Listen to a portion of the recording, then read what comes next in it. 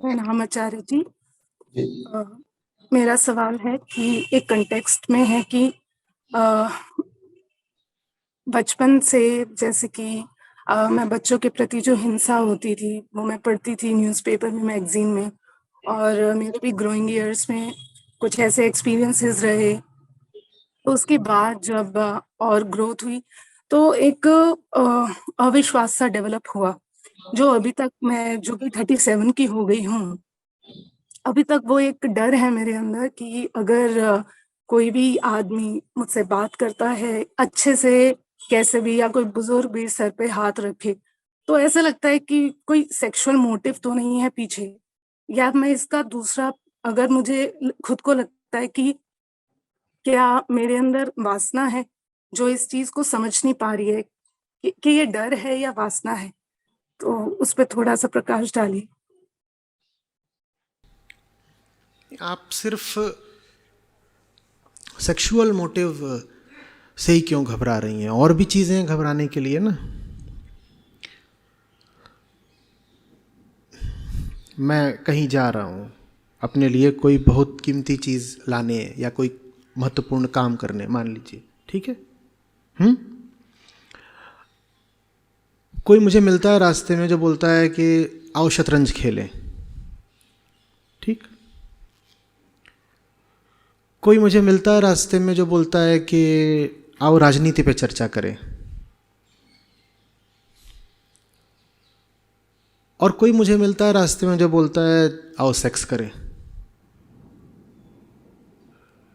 मैं इन तीनों को क्या अलग अलग जवाब दूंगा? ये तीनों तो मेरे लिए एक बराबर है ना। ये तीनों ही मेरे लिए सही काम के अलावा कुछ और हैं, मुझे तीनों को ही नहीं देखना। मैं सेक्स वाले बंधु को ही विशेषकर दोषी क्यों बताऊं? जो मुझे शतरंज खेलने को बुला रहा है वो भी मेरे समय की बर्बादी करेगा, मुझे सही काम से भटकाएगा। लेकिन ये मैं सिर्फ तब कह पाऊंगा जब मेरे पास पहले कोई सही काम हो। जब सही काम होगा तो मैं व्यर्थ की काम वासना से तो बचूंगा ही, 100 अनझंझट से भी बच जाऊंगा। फिर मैं वासना भर को विशेषतया दोषी नहीं ठहराऊंगा, क्योंकि ऐसा तो नहीं है ना कि जिंदगी में एक ही समस्या है कि वासना है। ना ऐसा है कि दुनिया भर में जितने लोग हैं उनमें कुल मिला के एक ही खराबी है कि कामुक हैं। जो हमें मूल खराबी है वो 100 तरीके से अभिव्यक्त होती है। वासना की विक्षिप्तता भी उन 100 तरीकों में से एक है। जो हमारी मूल खराबी है हमारे भीतर, वो बहुत तरीकों से प्रकट होती है। कामांधता उनमें से सिर्फ एक तरीका है, और भी तो इतने तरीके हैं। आलस, चोरी, गिन सकती हैं आप, न जाने कितने और तरीके। नशा। जो आदमी जिंदगी में सही काम पकड़ लेता है वो इन सब तरीकों से एक साथ बचने लगता है। वो इतना ही प्रण नहीं करता कि मुझे व्यर्थ की वासना से बचना है। व्यर्थ की वासना से बचना है, उतना ही बचना है जितना व्यर्थ के किसी और काम से बचना है। अब हमारे पास कुछ होते हैं तथाकथित ब्रह्मचारी, उन्होंने प्रण ले रखा होता है कि वासना से बचना है। अब वासना से बचना है, लेकिन बाकी जितने झंझट हैं उनमें लिप्त रहना है। आप उनके साथ बैठ करके 4 घंटे बकवास कर लीजिए, उन्हें कोई समस्या नहीं है, ठीक। राजनीति के मुद्दे पर शुरू हो जाइए, वो किसी एक पक्ष को गरियाना आरंभ कर देंगे, कोई दिक्कत ही नहीं। व्यर्थ के खर्चे करवा लीजिए, कोई दिक्कत नहीं।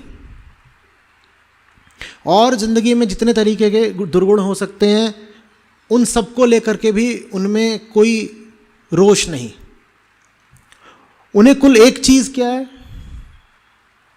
कि सेक्स बहुत गलत चीज है, सेक्स नहीं करना। इससे क्या मिलेगा? इसी तरीके के और लोग होते हैं। कोई कहता है कि मुझे गुरु मंत्र मिला है। क्या? देखो बेटा, तुम झूठ मत बोलना। तो वो अपनी समझ से जिस चीज़ को सच मानता है वो बोलता रहता है। गुरुजी ने बोल दिया झूठ मत बोलना, बाकी सारे काम करना। उसे कुछ बोलो झूठा तो बोलेगा ये देखो लफंगा बोल लो, झूठा मत बोलना। लफंगे तो हम शान से हैं, झूठे नहीं हैं। और लफंगा होने में हमें कोई एतराज़ भी नहीं, क्योंकि गुरुजी ने कहा था झूठ मत बोलना, तो झूठ नहीं बोलते, लफंगे हम पूरे हैं। किसी एक दोष पर उंगली रख के, किसी एक दोष को विशेषतया बढ़ा चढ़ा के रखने से क्या होगा? ये सिंगलिंग आउट कहलाता है। किसी एक चीज़ को सिंगल आउट करने से क्या मिलेगा? जो मूल बात है हम उस पर जाएं ना। और जब आप मूल बात पर चली जाएंगी तो आप पाएंगी कि आप उस मूल चीज़ से इतनी व्यस्त हो गई हैं कि आपके लिए ये सब दोष एक बराबर हो गए हैं। कोई व्यक्ति आ रहा है आपकी ओर, जैसा आपने कहा कोई आता है आपके सर पे हाथ रखता है, आपको लगता है कहीं इसका हाथ वासना से मैला तो नहीं है। ये बात की समस्या है कि उसके स्पर्श में वासना है या नहीं। बड़ी बात यह है कि वो आपके पास आया है और आपके जीवन में एक फिजूल जगह लेकर मानेगा, वासना हो चाहे ना हो। मान लीजिए वो आपको स्पर्श करता है और वासना नहीं है, लेकिन आदमी वो बिल्कुल भद्दा है, तो चलेगा? नहीं चलेगा ना, तब भी नहीं चलेगा ना। तो वासना को मूल समस्या मत मानिए। मूल बात यह है कि जो व्यक्ति आपके पास आ रहा है वो आपकी जिंदगी में सार्थकता लेकर आ रहा है या नहीं आ रहा है।